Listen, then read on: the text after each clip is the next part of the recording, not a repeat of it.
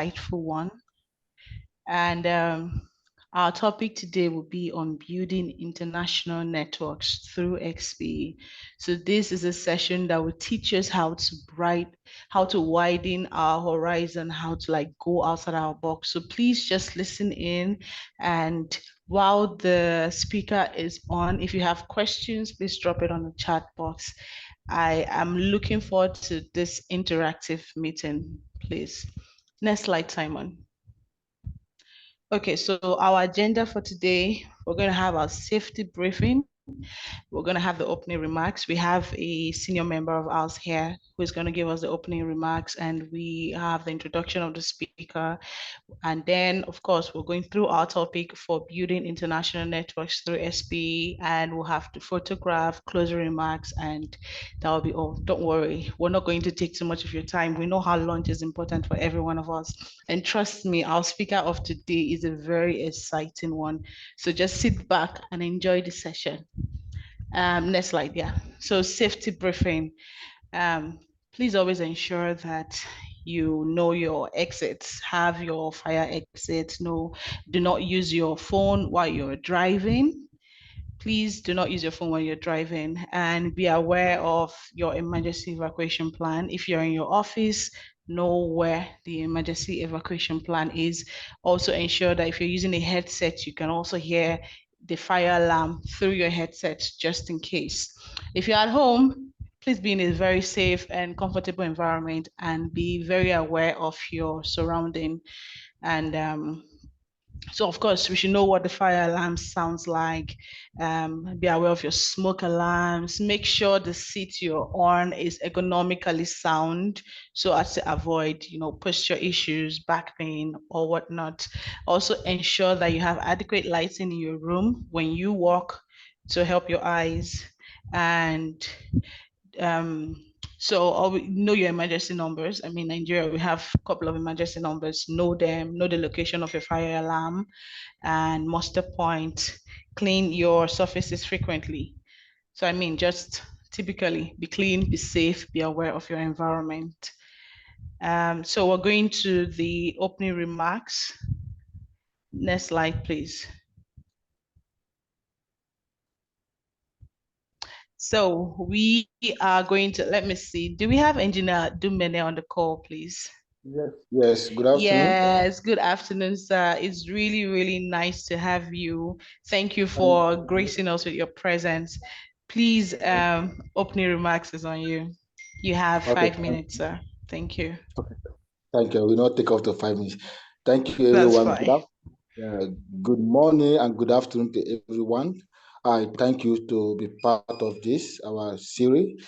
You are especially welcome to the February edition of Launch with SPE. This program is organized and brought together with our young professional team alongside with the membership team to educate our members, to also let us know more benefit we have in SP. So today we have a guest from the SP space that is going to also put us through and also educate many of us on what we stand to benefit in SP and also what an SP network can provide to you in your space of job and also in your career.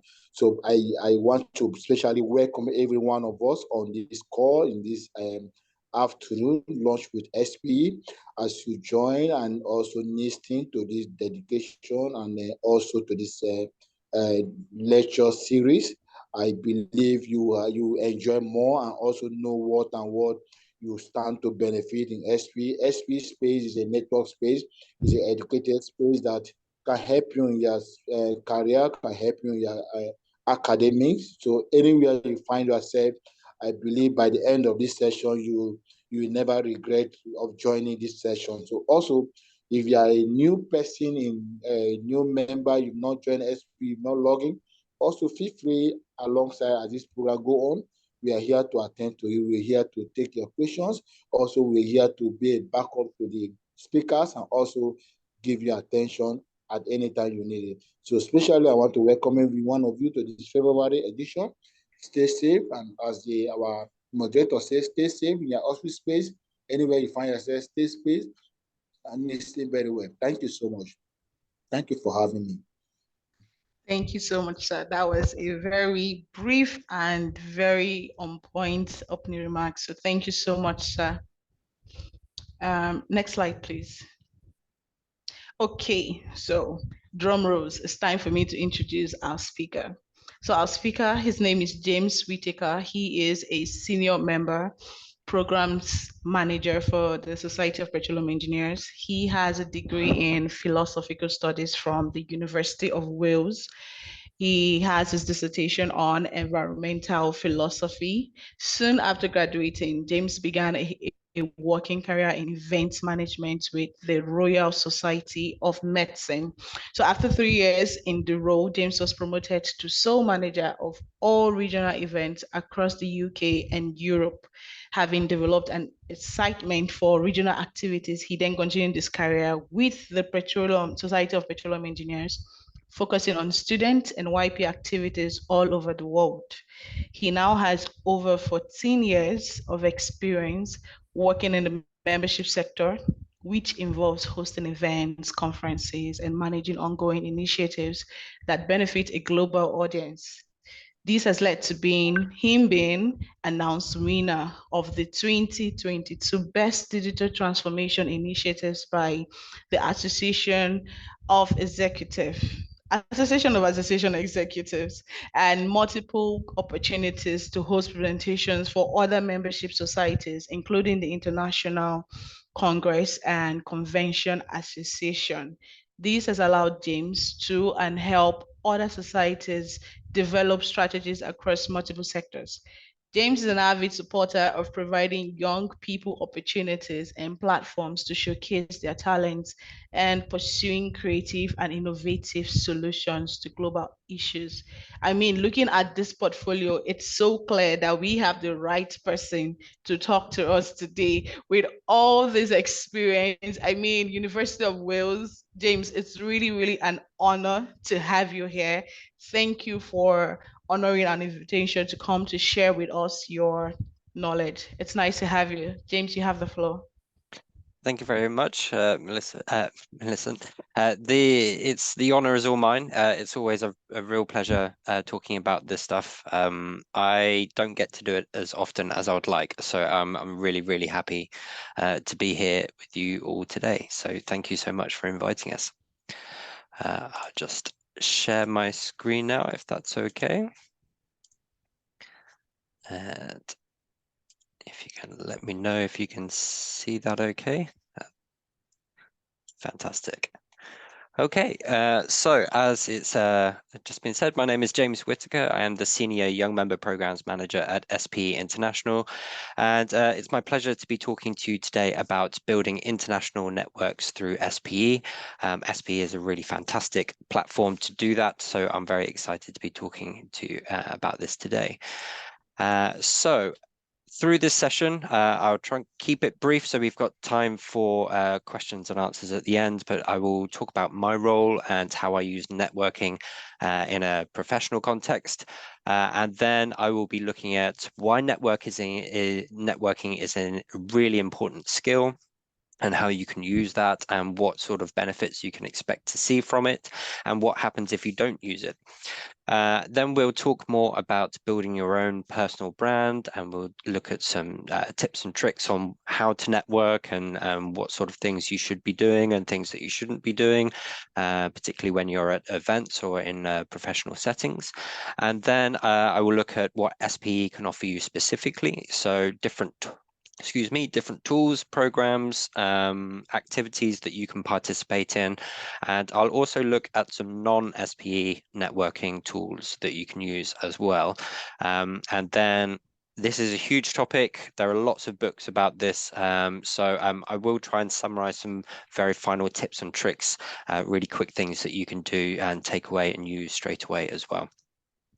So let's get to it. So as I mentioned, my role is the Primarily, it's as a staff liaison. So I work with the SPE International Board of Directors, and you may be familiar that SPE International has international standing committees, which are groups of SPE members from all over the world, and they are responsible for key areas that SPE International thinks are important.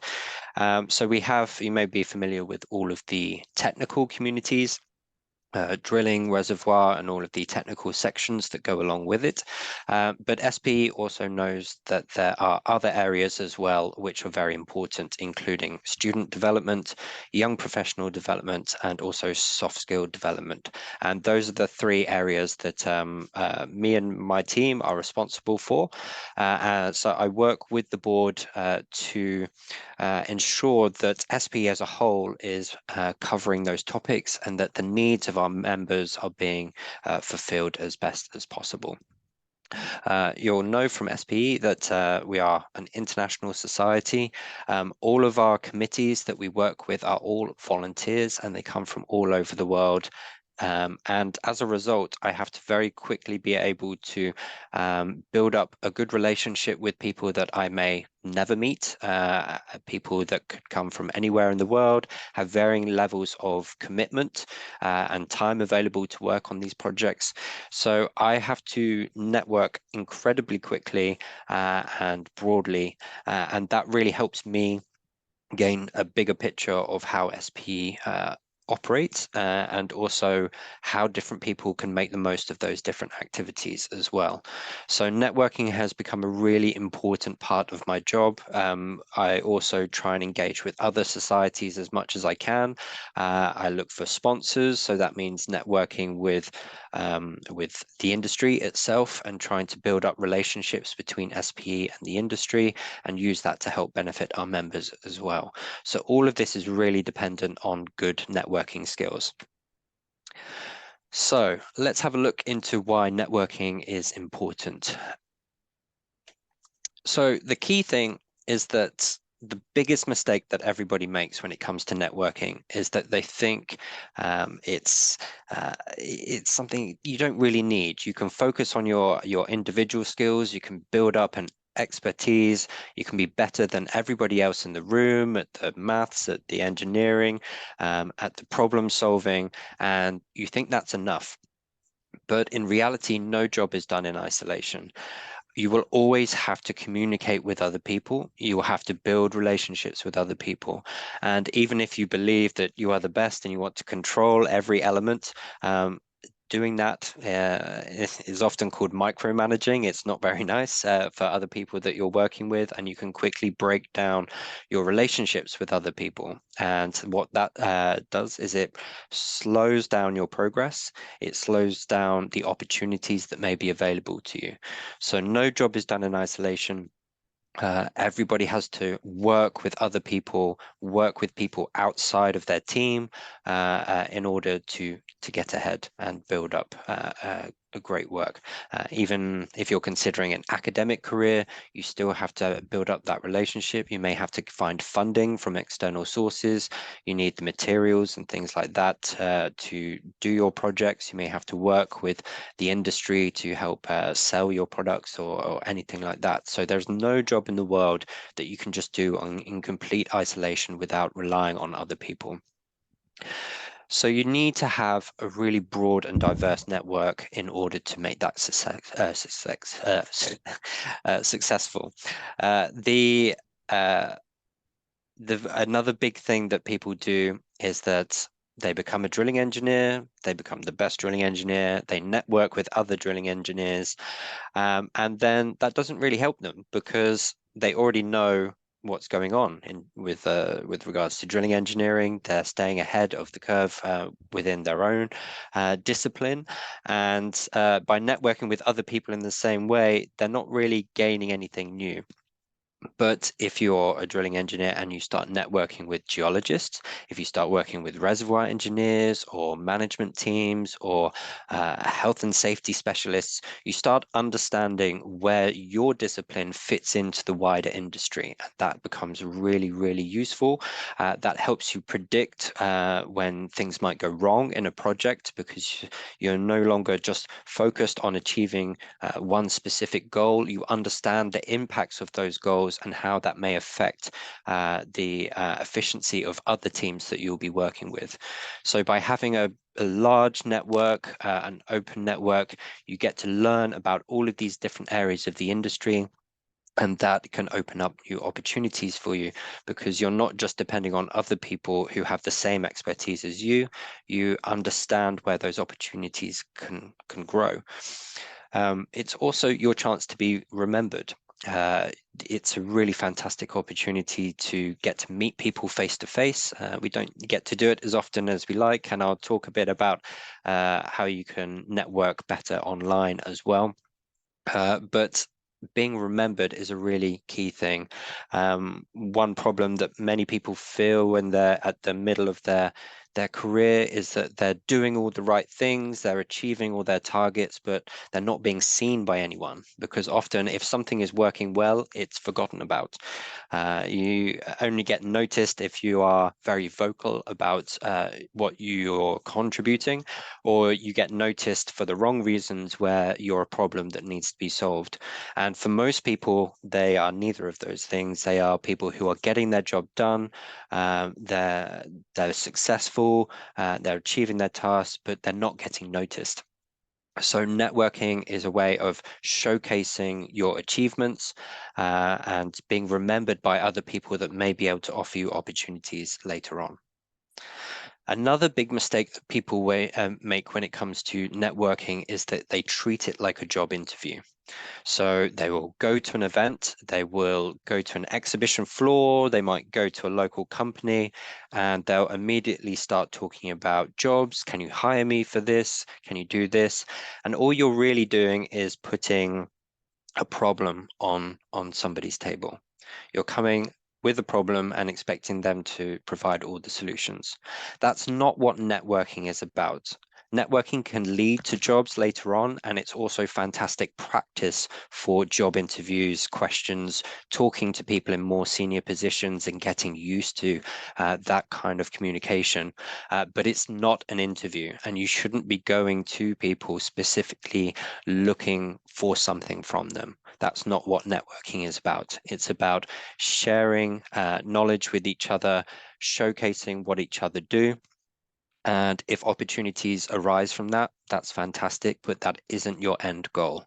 As I say, I've seen lots of people just go around to an exhibition, and exhibitions are sales places. They are places where companies send sales representatives to get contracts with potential buyers and make money for the company. If you come along asking for a job, this person is a salesperson. They're not an HR representative. They're not a recruiting specialist. They don't necessarily have any jobs on offer for you. So you're asking the wrong person about those kind of questions. But what you should be doing is learning about what that company is doing, what problems they need solving, and then from that you might be able to find out where you can fit in and potentially solve some problems for them. So that is really key as well. And then finally, communication skills can help build your confidence, particularly if you're used to working remotely now. And this is something that is affecting a lot of younger people a lot more, particularly so in different regions where people are more used to working remotely. Here in the UK, a lot of lectures are done online now, and it results in you not having to practice everyday skills, as I mentioned, of talking to people who are more senior than you, asking questions, building up the confidence to ask questions. That can often be hard. Many people have questions but are afraid to put their hand up. So by building up your networking, you are practicing all those skills that are vital, not just in the workplace, but in job interviews and in your everyday life as well. So there's lots of really key things why communication is really important. So what you stand to gain from having a strong network is that it will teach you about other areas of work. It will grow your understanding and gain perspective of where you fit into the wider industry. It will build your own reputation. It will allow people to remember you and talk to you without it being transactional, and people will enjoy spending time with you. It can also show you opportunities that you may not be aware of, opportunities outside of your everyday experiences. And it also allows you to bounce ideas off other people, share your problems, help find solutions. We have lots of networking platforms I would be talking about later on as well that will help with that. So there's the old saying, a problem shared is a problem halved, and networking is a fantastic way of doing that as well. It also allows you to be held accountable for your goals. If you're one of those people that said, I've always wanted to write a book, many people want to write a book, but they don't say it to anyone and nothing ever happens.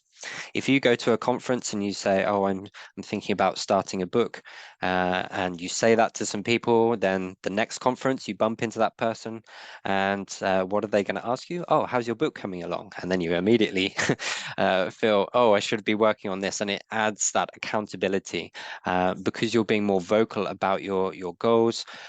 You have to continue that. You have to keep pushing yourself forwards, because otherwise you don't want to risk the embarrassment of saying, oh, I haven't actually done anything, or I've been lazy, or I haven't had the opportunity to do those things. So by opening up your ambitions and letting the world know about them, it encourages you to keep working on them and show everyone that you're making progress, and not just keeping your goals to yourself and not having to keep yourself accountable for it as well. So those are the things that networking can do for you and why networking is important. So now we'll look at how we can build up our own personal brand. And all we mean by personal brand is knowing yourself before you get to know others. So here we have a very nice, smart looking man. He's got a nice fancy watch on. He's well groomed. He looks professional. He looks comfortable and approachable. He's also got a tie with a periodic table on there. So, you know, he's got a bit of character. You know, he's passionate about STEM topics. So you can immediately see that this is someone that is presentable and potentially you wouldn't mind at least having a conversation with, but you know, potentially representing your company. Now, that is the baseline, but it's not the most important thing. When you go to a conference, everyone is wearing a blue suit, pretty much. When you go to an SPE conference, everyone's wearing the same suit, the same tie, the same nice watch, and things like that. So this is an important thing, but don't get overly worked up about this. You should be working on what's inside as well as what's on the outside as well. So definitely look smart, definitely be professional, but there are other key things that you need to work on as well. And the most important thing is that you've thought about your career before you start networking to other people.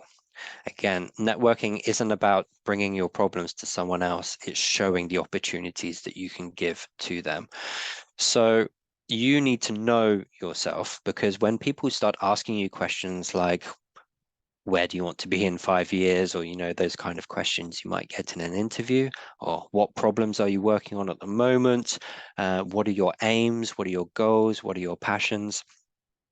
If you are stuttering, if you don't have answers for those questions, if you're having to spend a long time thinking about it, it sounds like you're not very confident about your career, you're not very sure of yourself, and you're not really sure about what you want to do. And from a networking perspective, and also from a recruitment perspective, that is not a desirable trait to have. Somebody who is unsure of themselves is somebody who is not committed. It is somebody who you may not be able to rely on because they don't know where their true ambitions lie. So you need to be able to have a concise and deliberate answer for your own career. So if you haven't done it already, before you go to an event, before you go to a networking opportunity, really think about your own story, how you've got to where you are, where you want to go, and why you want to do it. And you have to be able to say that concisely and deliberately, with passion, with drive, and you don't want to be umming and ahhing and being unsure and talking ifs and buts and maybes and I'm not sure, maybe I might do this or I might do that. That's not, oh, there we go. Have I lost my video there? Lost it quite some minutes ago. Oh, sorry. Sorry about that. Well, it's nice to have you back. Please go on. There we go. Do you have me now? Okay. Have you now? Fantastic. Yeah. Okay, so, and you can see my screen okay? We can. Yeah, fantastic. Okay, yes, so you want to be able to share your story, be concise and be passionate. So you need to be able to talk about yourself in one or two sentences and convey all of that information. So if you want to be memorable, you need to include your passion, you need to include your motivations, and that really helps people understand the story of you. Again, you can go into, there's a lot of books and things around marketing, branding, and things like that. Just recently read one called Building a Story Brand by Donald Miller. It really helps you understand how, if you're writing a movie or a technical paper even, you're doing branding or marketing or networking, you really have to focus on the story. So you need to have the beginning, the middle, and the end, the aims and ambitions, and you need to be able to say that really concisely. So again, what a lot of people do when they're networking is they might say something like, "Hello, my name is James. I graduated from the University of Wales in 2003. I got a job at the RSM, and then I moved on to SPE, and now I work with the SPE board to do student and YP programs." That is completely forgettable. I wouldn't expect anyone to remember any of those details, but that's what many people do when they're networking. They're just listing their CV, which isn't particularly helpful. But what you want to be doing is say things like, I went to maybe I was unsure of where I would start in my career, but I went into philosophy in university, and I got really passionate about the role that um, people play on the world around us, and the way that we shape the world, and the way that we have to take responsibility for our actions. And that's what resulted in me taking my degree and shaping it into a degree around environment and sustainability. And I'm so happy to be working for the Society of Petroleum Engineers now, because I get to apply that.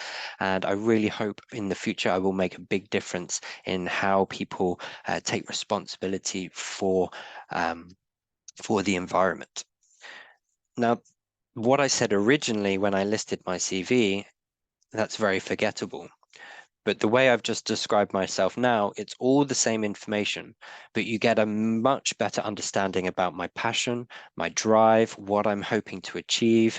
And when I meet up with you in a few years' time, you say, "Oh, how are you getting on with this? Like, how are you developing? What have you grown? What have you learned?" And that gives you a reason to stay in contact with someone and stay networking with somebody. So that's what I mean about creating a story.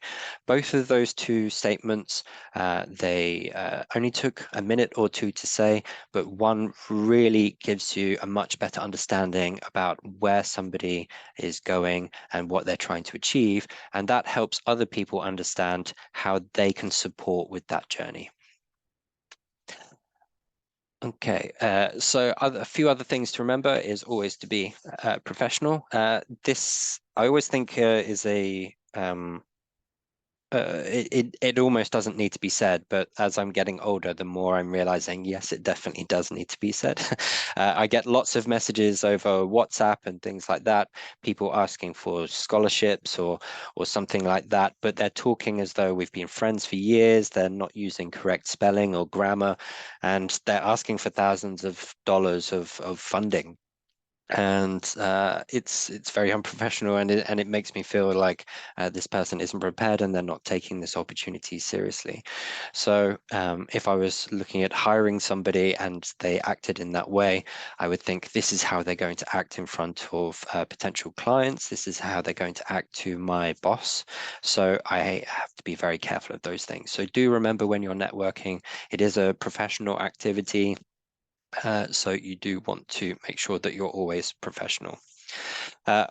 Practice as well. That's really good to do. And you can see a lot of networking as a big practice opportunity.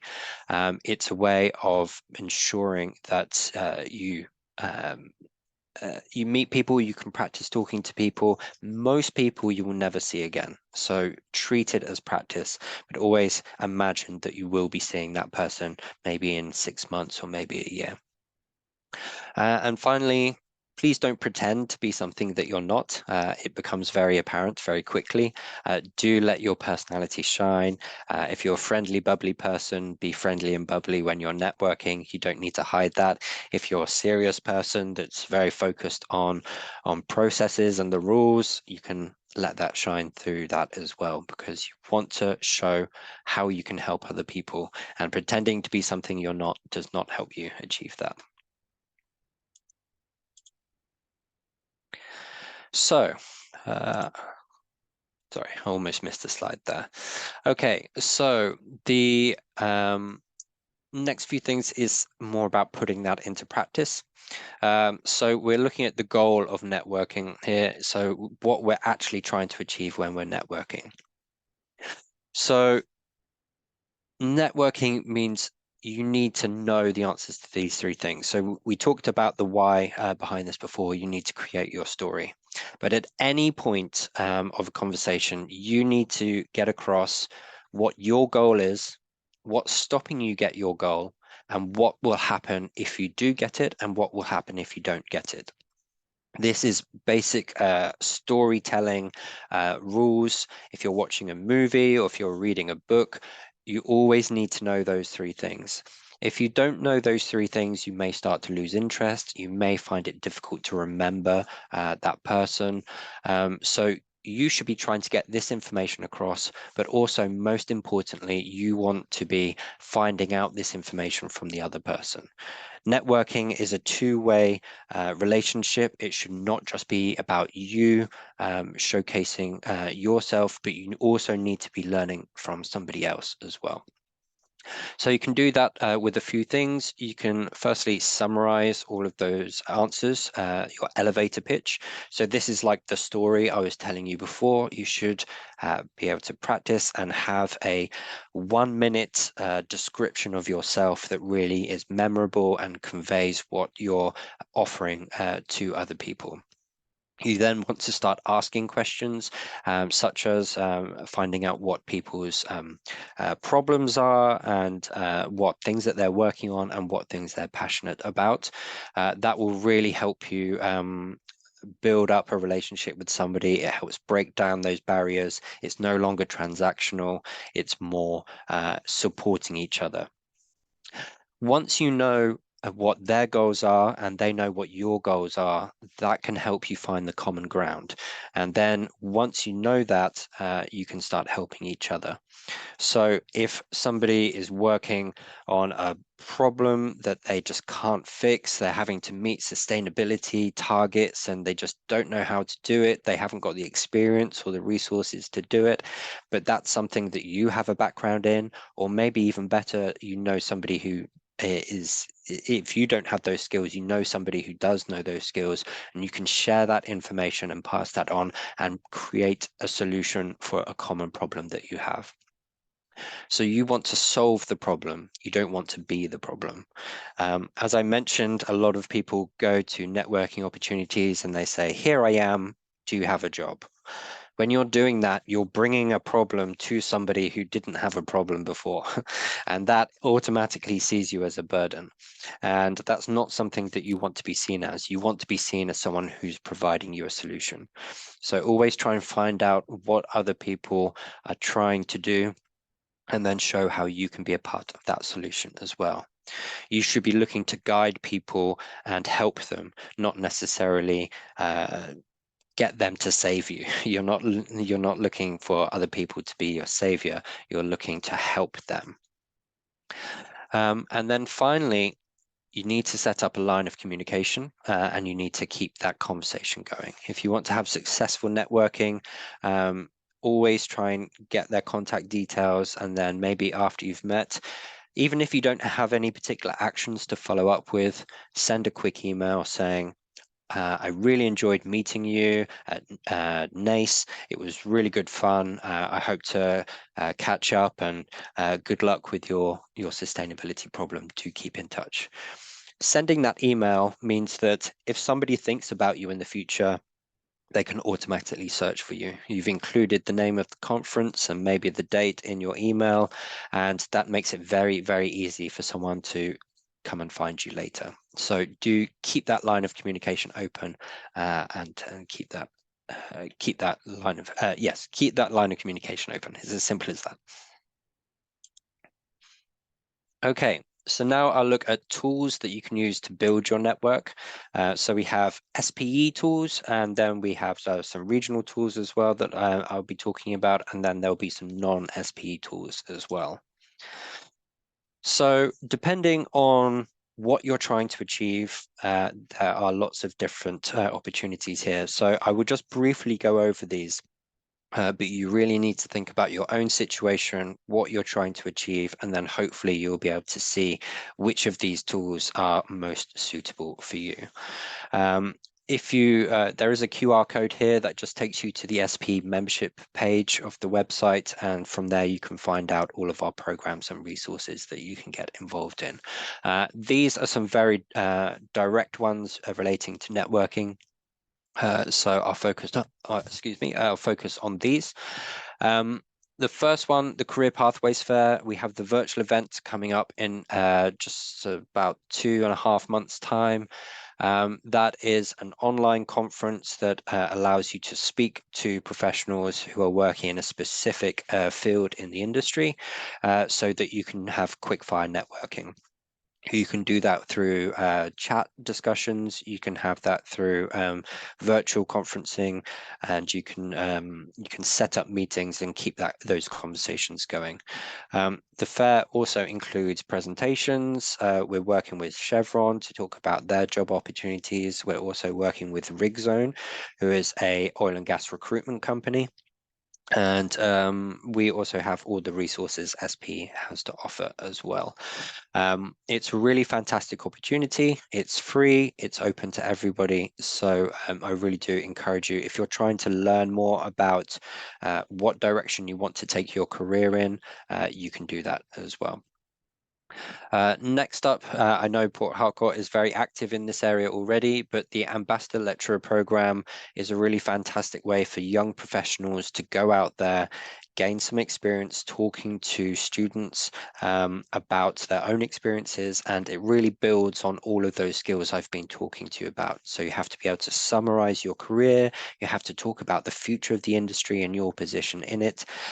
So it's a really fantastic tool for you to practice that, get used to speaking to people outside of your usual field of expertise, learn about talking to younger audiences and older audiences, and people who may not necessarily be in the industry, and having to adapt your communication to those different people.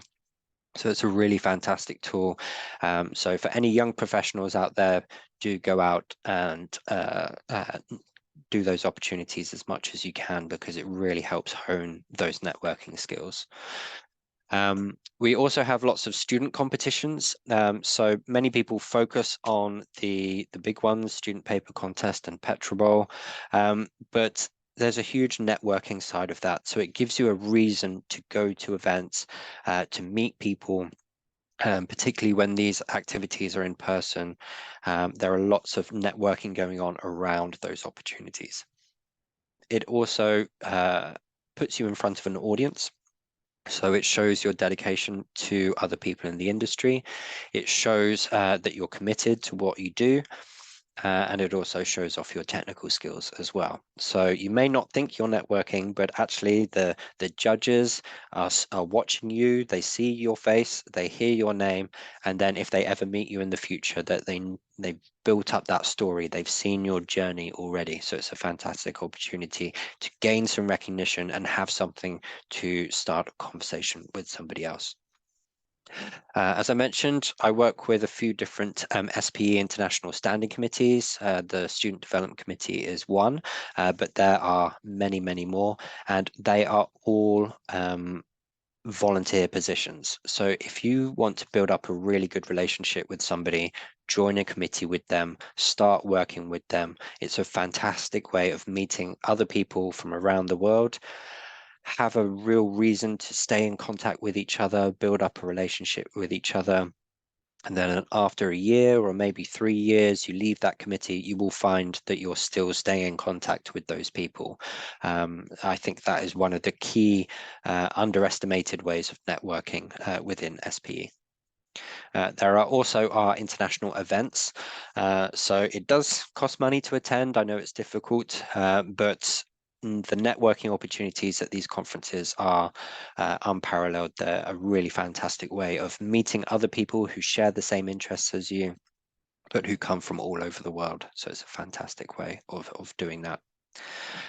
E-mentoring, again, very underutilized, but if you want to build up a long-term relationship with somebody, this is an opportunity for doing that. So mentoring, you're probably very familiar with the concept, but e-mentoring, it will connect you in a long-term relationship with somebody, another SPE member elsewhere in the world. So if you want to start working in the US, you can join the e-mentoring program, look for a mentor who's based in the US, and you can build out that long-term relationship and learn about what it's like working there, and maybe pick up things that you may not have realized as well. And then you've already got friends over in that country if you do decide to move over as well. So fantastic program for doing that.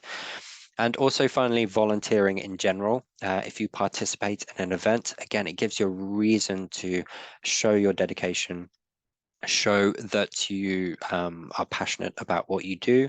And when you work with someone, even if it's just an hour helping, handing out registration badges or something like that, you build up a relationship with other people, you get to learn about them, and it's done in a, again, non-commercial way where there's no pressure on each other that they're having to hit a sales target or meet as many people as possible or anything like that. It's a much easier place to network.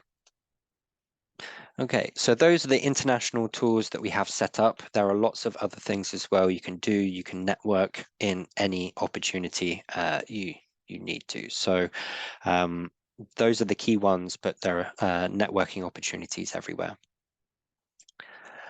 Regionally, you can do things in a very similar way. You can volunteer for your local section or chapter. Again, that just gets you networking with people that you may not see in your everyday environment. You never know, that could be someone who works for a different company, and they can tell you if they're thinking about hiring before those opportunities become available. They may be people who can help you in other areas of your life as well, maybe outside of work, in relationships, with all of these different things. So you can volunteer, get to know different communities through your local section and chapters as well. SPE Nigeria Council is also available as well in a very similar way, and not many regions in SPE have a more broader national committee like the SPE Nigeria Council. So you guys are very lucky to have a platform like that that makes it very, very easy for you to network with other local sections and chapters as well. So do take advantage of opportunities that they are running as well. And there are lots of local events that can be included in that. So similar with the international programs, locally for you, you will have things like ASEC and NACE that you can really get to meet other people in the region for as well. And if you're not able to do any of those things, SPE is fantastic at letting members create their own programs. So if you go to the local section committee and say, I really want to start a book club, we're not doing anything like that at the moment, will you let me do it? Or maybe a sports club or something like that. The committee are usually very receptive to people being able to help and create new ideas. So if there's something that you're not familiar with, your local section or chapter is a fantastic way of bringing new ideas to the table as well. Finally, I'll just talk about the non-SPE tools. So I'm sure you're very familiar with many of these, but social media, do keep your presence up on there. LinkedIn is a fantastic way of staying up to date with the industry and keeping in contact with people regardless of when they move jobs or move countries. Business cards, they're quite old, an old concept now. You can have similar things on your phone as well, but it's always quite nice to have something physical that somebody will look at later when they're clearing out their pockets, and it will keep that physical reminder there for people to remember you. So it's a little outdated now. There are digital versions, but I still find them very, very valuable. You do need a way of organizing all of this information. A lot of people just rely on their memory. My memory isn't great. I meet thousands of people every year at these conferences. So do keep a small notebook or in your phone, just noting the name, any actions you need to take with that person, contact details, and the event where you met them. That can be a really useful way of using those contacts later on. There are a few mobile apps, similar as I mentioned with business cards. There are things like HubSpot, Camcard, which allow you to do that digitally. So you can link people straight to your LinkedIn page, things like that. Having all of these things to hand, being prepared before you come to an event with things like this can be a great way of showing that you are prepared. So really good stuff to do. There are other just general chatting, networking websites as well. I've participated in Lunch Club for quite a while now. You just sign up some interests and then you just automatically get paired with people. Every week you have a half-an-hour conversation with someone a stranger that you don't meet. A great way of networking, great way of practicing your skills. It feels uneasy to begin with, but you get in the flow and you soon start talking to people. So if you just want to talk to somebody, a lot of people use sites like this for practicing language skills and things like that as well. There are also other societies. SPE is not exclusive. You can't just be a member of SPE and nothing else. I'm personally a member of about 3 different association societies.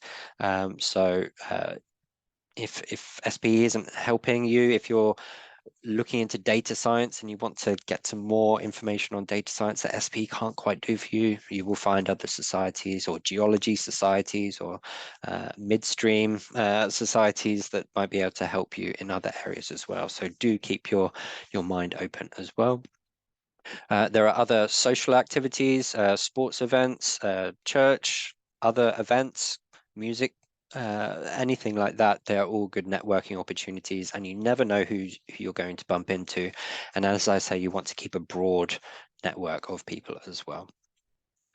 Finally, as I said, there are lots and lots of books on this stuff. There's one here. I've got the culture map. I use this every time I travel. It's a fantastic book. I just, again, finished reading Building a Story Brand. There's hundreds of books out there that will help you with networking skills, tips, tricks, techniques. There are also podcasts where people talk about it, or just generally Google good networking advice. There's lots and lots of information out there. So there's no shortage of that. Right, finally, and sorry for talking so quickly. I know I'm running over. So just some final short tips and tricks. Sharing your network grows your network. So never worry about sharing your contacts with other people. This isn't something you should be keeping private in case they start talking to somebody else. Your network only grows if you share your contact information, and that can be exponential if that keeps going. So always feel free to share your network, and being the person who connects you to the person that they need to know makes you just as valuable as anybody else. So make sure you do that as well. Practice, again, it sounds completely normal thing to do, but people never do it. So just practice, practice, practice. It's really, really valuable and will help build your confidence and help you, particularly with your elevator pitch that I was mentioning earlier. Again, I did talk about this before, but solve a problem, don't be the problem. Don't just come to someone expecting them to solve all your problems. That won't leave them wanting to stay in contact with you. So solve a problem, do not be the problem. Do try and stay concise. Avoid talking about lots of stuff that isn't relevant, because it makes it harder for people to remember you and remember what you can solve. Also, follow up with an email, as I mentioned, really important thing to do. When you've got a stack of business cards, just go through them one by one, send a very quick email. It can be a template, it can be one line, but do try and do it. Otherwise, there's a good chance some people won't be able to follow up with you, even if they do remember you. Volunteering gives you reasons to stay in touch. Again, myself, as I get older and older, my friendship groups is getting smaller and smaller, and we need to find reasons to stay in contact with each other. We're also busy with family and work and travel and holidays that it becomes difficult to just network with people and stay in contact with people. So things like volunteering, clubs, sports clubs, they give you a reason to stay in contact. Always be polite and sensitive of other cultures. Again, the culture map really helps me with this, but if you're polite, people will forgive you if you do something that is disrespectful or something like that, because if you're polite, they know that you didn't mean to offend. So that gives you a lot of grace with that. But if you are ignorant of other people's cultures and you're pushy, or you're maybe more kind of assertive in a culture where that's not respected, that can be a dangerous situation. And again, it won't want people to keep a relationship with you. So do definitely read that book, and consider other people's situation as well. Just to remember that other people have their lives, they have their jobs and things like that. So if you're pushing people for a relationship and they don't want it, you need to be considerate of that as well. Finally, stay diverse and broad, as I said as well. If you keep your network broad, you will have so many more opportunities open to you. You'll have your experience opened up to you, and you will understand where your place is in the industry as well. Okay, that's it. Sorry for talking so fast. There are so many things to talk about. There are so many books on this stuff. You can really talk about these things for hours and hours, but I will leave it there. I can see there are lots of questions in the chat, so I will hand it back to you, Millicent, to moderate. Thank you so much. Thank you so much, James. I told you guys that James is one very interesting speaker. I mean, if we had left you, you'll be on and on till like 3 p.m. Definitely. Well, I'm so sorry for the time constraint. No, it's good. It's good. Next time, I promise you, would give you enough time to to talk. Well, it's really nice. I have learned a lot. Like I have a couple of nuggets that I have jotted down. I mean, networking is a very important topic. People literally don't know how to network. And the next thing, oh, nobody wants to help me. I mean, that's like the story around not knowing that networking itself is a personal skill. You just have to have the skill and know how to navigate appropriately. And one thing I took is networking outside your skill, outside your field. I mean, I'm a process engineer. So if I network only around my circle, I mean, something that I already know, but if I'm networking outside my field, I can get more insight as to what's going on in the other fields. And that's really nice. And networking gives you accountability. I love that part because there are times where we tend to procrastinate. You're like, oh, I'm going to take up a course. I'm going to do this. I'm going to do that. And in the end, we end up not doing it because we don't have like mentors in the industry that would literally, oh, have you done this? Have you not done this? So I mean, networking is really, really good. So thank you so much, James. Briefly, I am going to start asking you questions. I hope Go ahead. you are ready for us.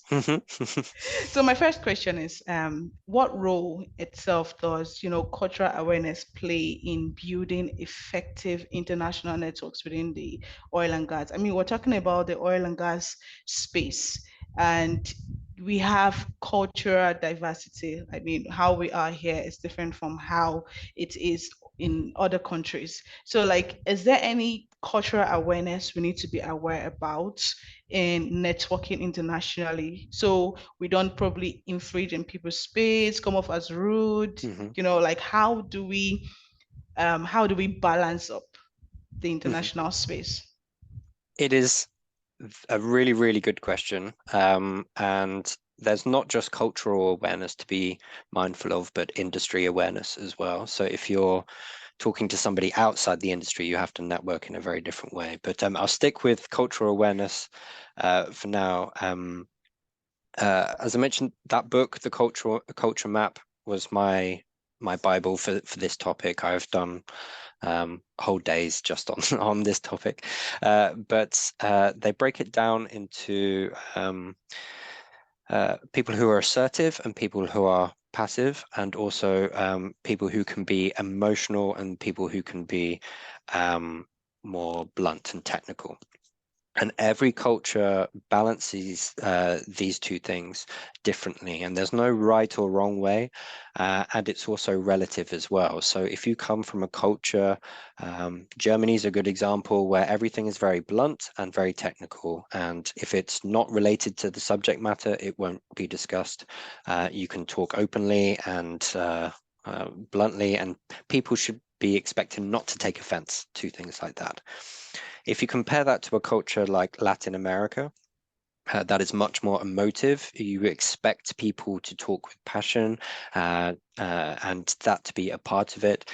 You expect to build on the relationship first before you start talking about business. So when you have two cultures like that working together, that can really break down the communication. But when you're working on a project, you'll have one group who is very blunt, and then you'll have another group that is kind of overly emotive. And you need to be aware of those things. But as I said towards the end, you can have a lot of forgiveness if you are just polite. So just try and be sensitive of other people's cultures. Do not try and impose yourself too much of other people's cultures, and don't try to you need to give them opportunity to speak as well. And there are some cultures, for example, in America, you would be expected to, if you have an idea, you would interrupt everything and then put your idea out there, and that's the way you get your idea across. Whereas if you did that in somewhere like Japan, if you interrupted like that, that would be seen as a huge disrespect to the person who is talking, particularly if they are more senior than you. And that is just, as I say, there's no right or wrong way, but you just have to Just be be polite. aware. You have to be sensitive of that. And again, by being polite, you can, even if you do make a mistake, if you're an American who interrupts somebody with important Japanese businessmen, if you are apologetic about it. If you say, sorry, can I interrupt here, rather than just shouting out, that people will think you're rude. There's no getting away from that, but people will understand that is a cultural difference that is not intended to cause offense. So Okay. be polite. That helps a lot, but do try and learn about it. If you're working with if you're starting a new contract with a different country that you're not familiar with, you do try and look into it and research it if you can. Okay, thank you, James. That was a very, very nice answer, which brings me to my next question. You said know yourself and your career, and I mean it's good to have a clear path for yourself. So now this is a personal one for me because in my earlier start of my life and my career, I was like, oh, anywhere I get a job, I'm just gonna learn. I just felt that okay, I could learn anything. Mhm. So there were times where I see an opening for reservoir engineering, and I'm like, oh, okay, what are the skills I need for this? And I go research on it and start training myself on this. I mean, there are young people these days that actually do that. So they just train themselves based on the availability of the economy, the jobs around. Is that a wise thing to do? Because I mean, if I say, oh, I want to be a geologist Mhm. and I'm training myself in that part. I have a focus in geology. And in the long run, I don't get to see jobs that are relating to geology. So is it wise for me to okay go outside my part? So does it mean that I don't know myself when I, do this? I don't know if you understand the question. Yes, yes, definitely. And this question comes up a lot with career paths Yeah. specifically, but it applies to everything. Your career path isn't a failure if it changes. If you're going down a road and a tree comes down in front of that road, you should move. And you will still, you may get to a different destination, or it may take you longer than it took to get there, but you shouldn't just hit that tree. You have to keep going. You have to do what you need to do. So you have to be aware not to just take the easy choices. The same as what you were mentioning before, with um, connecting with people outside of your industry, your discipline. It's easier to stay in your bubble because it's safe, you're familiar, you won't be questioned, you won't have to explain yourself because you're with friends. With your career opportunities, it's the same thing as well. It's easier to just take the low-hanging fruit. If you want to be a geologist, but then your uncle offers you a job in their local shop, and guaranteed money, you got a job, guaranteed security. It's not what you want to do, and you take that. It's easier, and you need to sometimes take risks, and you need to push yourself to get out of your comfort zone sometimes. So your career path can change, it can adapt. Sometimes you do have to take the low-hanging fruit if you have bills to pay, if you have children, there are reasons why you have to do that. None of that is a failure, but you should always try and have a short-term plan and a long-term plan. Your short-term plan can adapt, but your long-term plan should try and stay rigid if it can. So you have to balance those things. Every situation is different, but just make sure you're not taking the easy path, and avoiding your long-term goals. Okay. Thank you very, very much. That was reassuring and great answer. I don't know if someone wants to like put up their hand and personally ask questions. I mean, I know you all love my voice, but I don't want to do all the talking. So we have Justice on the call. He is our YP chair. He is the chairperson for the young professionals in Port Harcourt. So I'm going to give Justice 1 minute. I know we are running out of time. I'm sorry, guys. We're like 4 minutes past the time. Y'all want to go for your lunch? Oh, okay. Engineer Wanodi his hand is up. So okay, I'm going to take Engineer Wanodi first, and then Justice, please, you are next. Please, in 1 minute, please unmute your mic and speak. Okay, thanks so much, James Whittaker. I just wanted to ask a question. In all you've said, where is the relevance of social skills in all you've said? You said that one more time. Relevant to social skills? What relevance? What relevant do social skills play in all you've said? Because probably there's a relationship between the networking and the networking skills we talk about with skill and others. So what relationship does social skill play in all?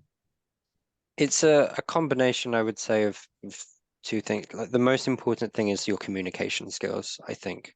You need to be able to understand yourself, convey yourself concisely to other people in a polite and respectful manner. So there's an emotional intelligence you need to work on, but your communication skills is I would say, the key thing.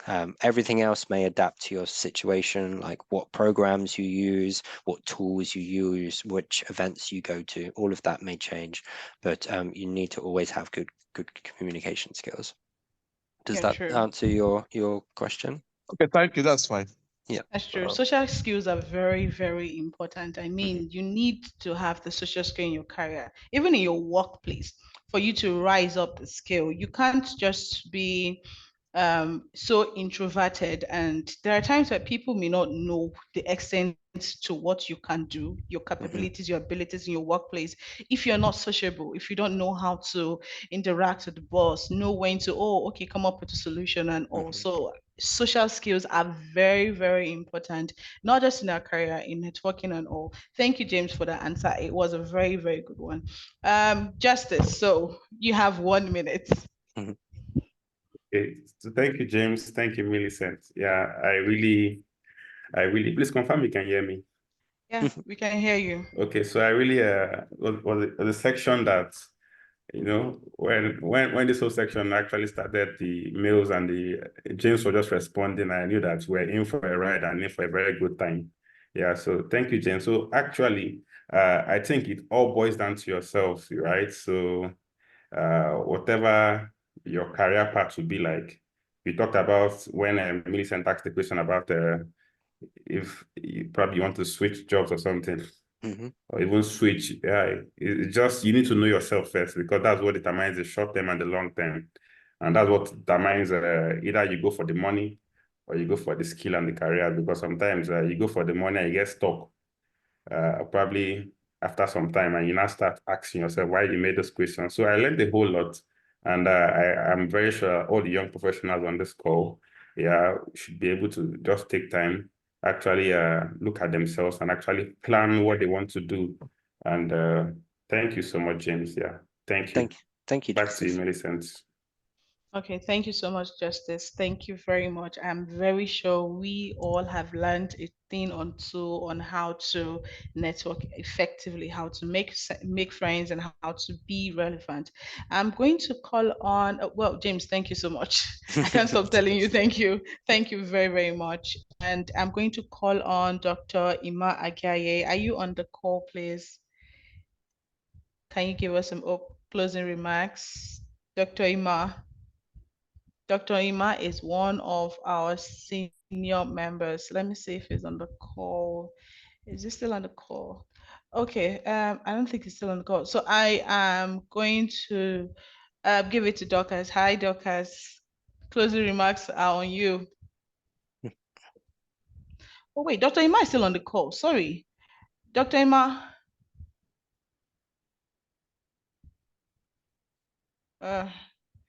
Okay, well, I think he's having issues with his network. Dorcas, can you hear me?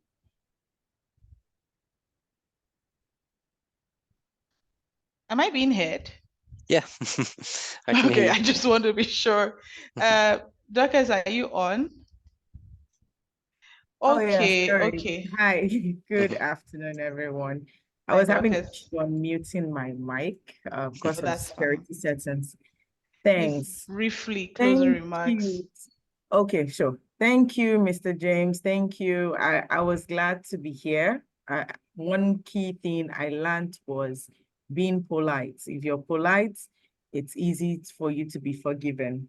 and also respecting other people's cultural stand and ways of doing things.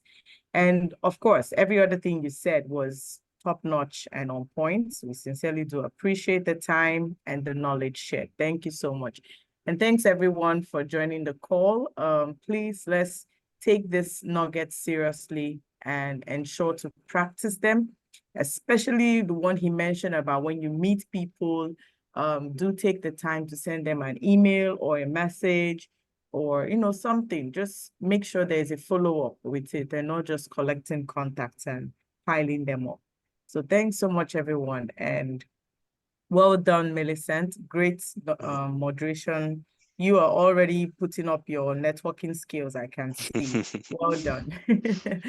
All right, thanks everyone for joining. I appreciate it. Let's have a wonderful time having our lunch and the rest of our day. Thank you. Thank you so much, Dorcas. Yes, thank you. So I know the chat box is buzzing, but right now everyone needs to turn on their videos for their pictures for to please turn on your videos for pictures. Yeah. So don't forget, networking is not all about job opportunity, and then please keep up with your contacts so they don't forget you.